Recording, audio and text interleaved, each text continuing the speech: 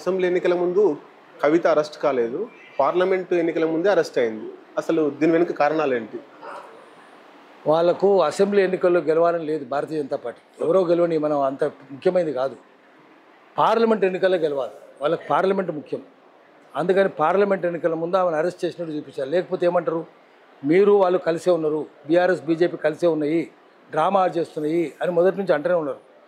అది WWF show, BRS BJP యుద్ధము world wrestling federation show లాంటిది. రెజ్లింగ్ ఉత్తదే, అది మిలీజులీ కుస్తీ లాంటిదని అందరూ అనుకున్నారు. కాబట్టి అనుకొని మనకేముంది, అసెంబ్లీ ఎవరైనా గెలవని, బీఆర్ఎస్ గెలవని, కాంగ్రెస్ గెలవని, మనకు సంబంధం లేదు. కానీ పార్లమెంట్ మనం గెలవాలి. పార్లమెంట్ గెలవాలంటే అరెస్ట్ చేయాలి, మాకు సంబంధం లేదని చెప్పుకోవాలి. అందుకని అరెస్ట్ చేసినారు. మరి ఇంతకాలం ఎందుకు చేయలేదు? ఇంతకంటే పెద్ద పెద్ద కుంభకోణాలు ఉన్నాయి.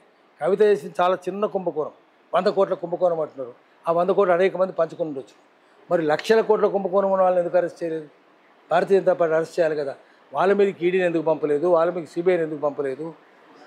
వాళ్ళ మీద ఇన్కమ్ ట్యాక్స్ ఆఫీసర్ ఎందుకు పంపలేదు? ఇదంతా డ్రామానే. ఇది ఎన్నికల ముందు డ్రామా. జనం నమ్మట్లేదు మనల్ని అని చెప్పడానికి డ్రామా. కానీ సైదిరెడ్డి లాంటి వాళ్ళని తెచ్చుకుంటే బండి సంజయ్, బాప మోహన్ జల్లకు పరిస్థితి ఏర్పడితే భారతీయ జనతా పార్టీ అటు నుంచి వస్తుంది, ఇటు నుంచి పోతుంది. ఏమి లాభం ఉండదు దానికి. కవిత అరెస్ట్ వల్ల బీజేపీకి లాభమా, బీఆర్ఎస్కి లాభమా?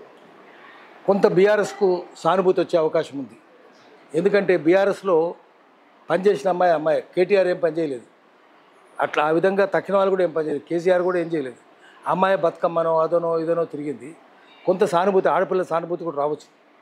కానీ మొత్తంగా భారతీయ జనతా పార్టీకి క్రెడిబిలిటీ పోయింది, బీఆర్ఎస్ కూడా క్రెడిబిలిటీ పోయింది.